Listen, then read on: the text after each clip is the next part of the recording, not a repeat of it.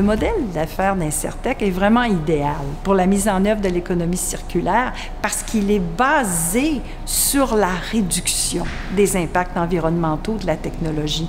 Donc, il vise constamment à réduire les déchets, réduire la consommation, réparer, réemployer. Donc, il est vraiment dans l'esprit de l'économie circulaire.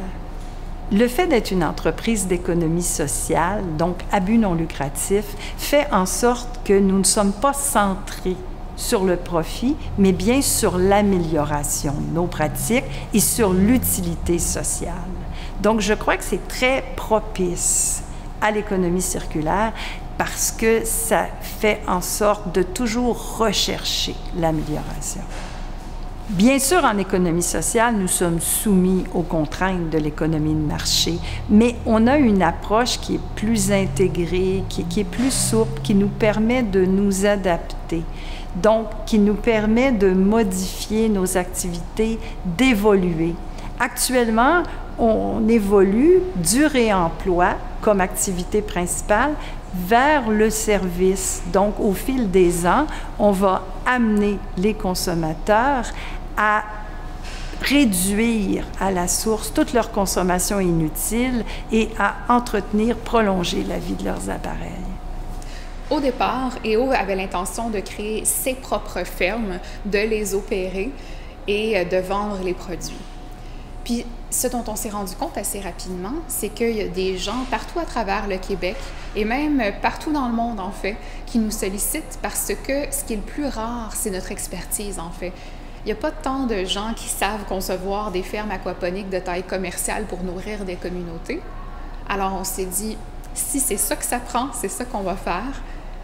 Et puis, aujourd'hui, on travaille avec environ une dizaine de communautés au Québec. Il y a des projets qui sont à différentes phases de développement.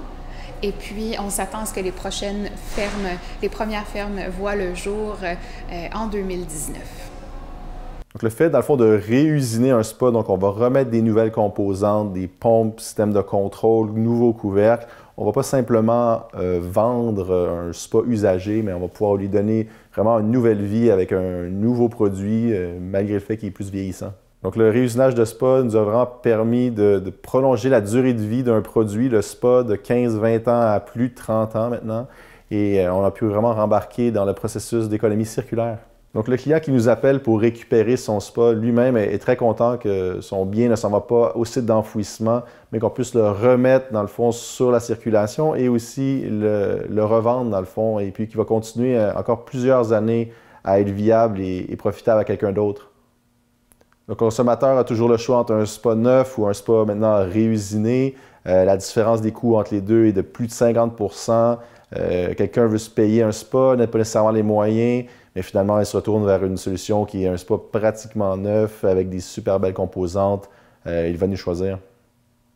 La valeur ajoutée du spa réusiné pour nous, c'est vraiment notre avantage concurrentiel.